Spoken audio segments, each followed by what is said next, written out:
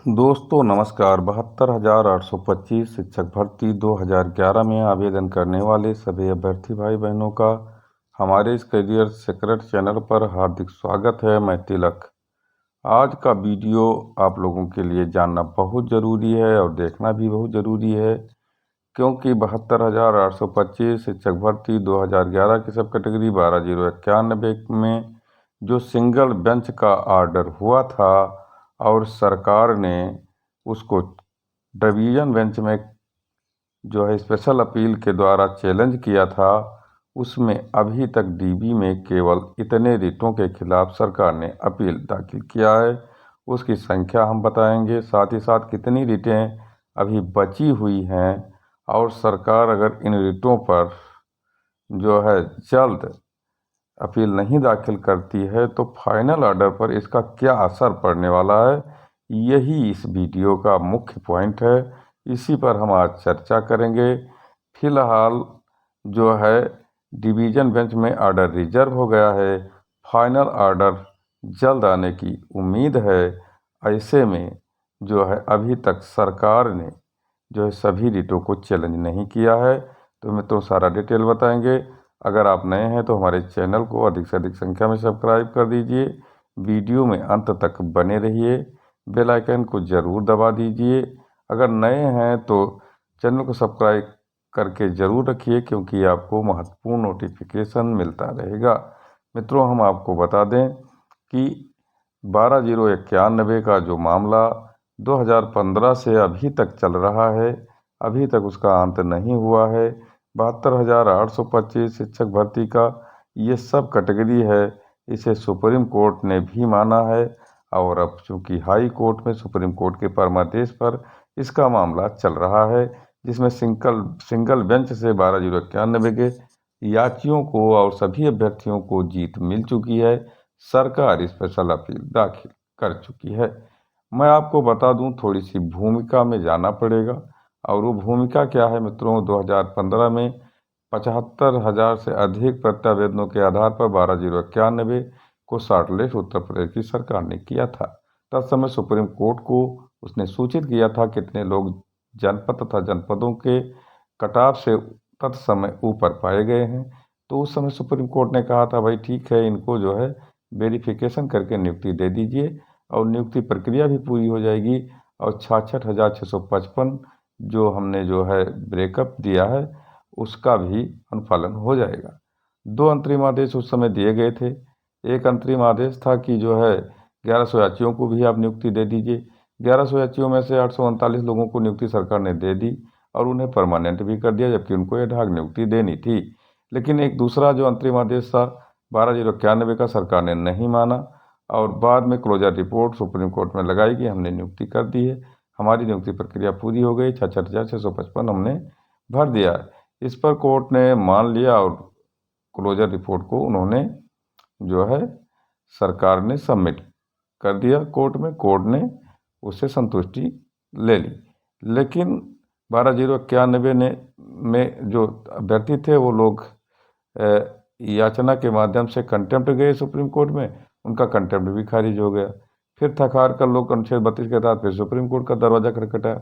Supreme court में madam Nagarathna ने जो है 12,091 के लोगों के गिरबान निर्धारण करने के लिए अनुच्छेद 32 के तहत परमादेश दे दिया, और हाई कोर्ट को निर्देशित किया कि इनके गिरबान का निर्धारण किया जाए। अनुच्छेद 226 के तहत सारे अभ्यर्थी, सारे क्या जो भी याची थे, वो सिंगल बेंच में 226 के तहत याचिका डाला। विनय कुमार पांडे एंड अदर्स ने पहले डाला, और उसके बाद में सभी रिटें उसमें टैग हो गई। सभी रिटों की संख्या मित्रों थी 30। उस समय जब तक फाइनल ऑर्डर सुप्रीम कोर्ट का जज शमसेरी द्वारा दिया गया, 30 रिटें उससे कनेक्ट हो चुकी थीं ऑर्डर के आसपास की तारीखों पर, और उनमें से केवल सरकार ने जब सिंगल बेंच का अनुपालन नहीं किया और याची लोग कंटेम्प्ट चले गए, तो उनमें से केवल एक रिट विनय कुमार पांडे की थी, जिसमें जो है रिजॉइंडर भी नहीं लगा था, ब्लैंक रिट थी, जिसको कमज़ोर रिट समझ रही थी। उसी रिट को जो है डिवीज़न बेंच में चैलेंज किया और स्पेशल अपील दाखिल कर दी। फिर धीरे धीरे सभी जो जितने रिट थे उनके सारे पैरवीकार अपने सीनियर मोस्ट वकीलों के साथ डबल बेंच में अपीयर हुए और अपनी रिटों को वहाँ इम्प्लीमेंट कराया। लेकिन सरकार ने चैलेंज तो किया नहीं था, केवल इम्प्लीमेंट कराया गया। जज ने मान लिया कि भाई ये भी लोग हैं। और उसके बाद में मैं आपको बता दूं कि जज ने ओरली कहा सरकारी वकील से कि आप सभी रिटों को चैलेंज करिए। तो सरकारी वकील ने कहा ठीक है सर, हमको समय दीजिए, हम सभी रिटों को चैलेंज कर देंगे। लेकिन फिलहाल सरकार ने चैलेंज नहीं किया और विनय कुमार पांडे एंड अदर्स में ऑर्डर 13 मार्च को रिजर्व हो गया, 4-5 दिन सुनवाई चलने के बाद। तो मित्रों मैं आपको बता दूं, उसके बाद में ओरली ऑर्डर को मानते हुए सरकार ने अभी तक इतने रिटों को वहाँ चैलेंज कर दिया है, यानी स्पेशल अपील उसमें दाखिल कर दी है। इसमें से एक विनय कुमार पांडे की तो अपील के खिलाफ तो पहले अपील दाखिल ही की गई थी। फिर उसके बाद में 4 रिटों को चैलेंज किया गया है, यानी राम प्रसाद विश्वकर्मा की रिट को चैलेंज किया गया है, पंकज कुमार श्रीवास्तव की रिट को चैलेंज किया गया है, राम प्रकाश मौर्य की रिट को चैलेंज किया गया है, साथ ही साथ मान बहादुर सिंह की रिट को चैलेंज किया गया है। इतनी रिट को सरकार ने चैलेंज किया है और इसके खिलाफ स्पेशल अपील दाखिल कर दी है। काज लिस्ट में 29 मार्च डेट लगी है और अभी 25 रिटें बाकी हैं जिनको सरकार ने चैलेंज नहीं किया है, उसकी स्पेशल अपील नहीं दाखिल की है। हालांकि स्पेशल अपील दाखिल करने की प्रक्रिया लंबी होती है और उसमें ज़्यादा समय लगता है, बहुत ज़्यादा पेज में उनको रिट दाखिल करना पड़ता है। तो ऐसे स्थिति में सरकार धीरे धीरे स्पेशल अपील दाखिल कर रही है।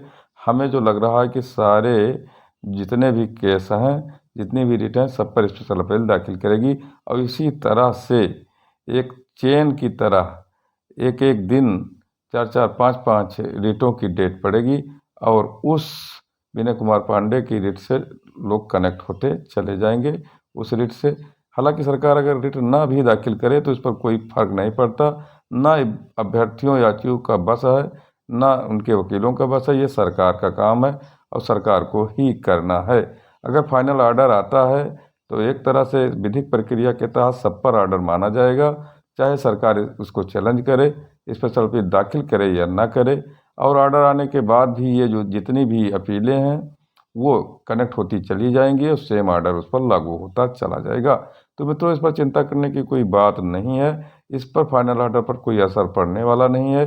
जज को जब भी ऑर्डर देना होगा वो दे देंगे, उससे कोई मतलब नहीं है कि ये रिटें कनेक्ट हो रही हैं तो ऑर्डर नहीं आ रहा है।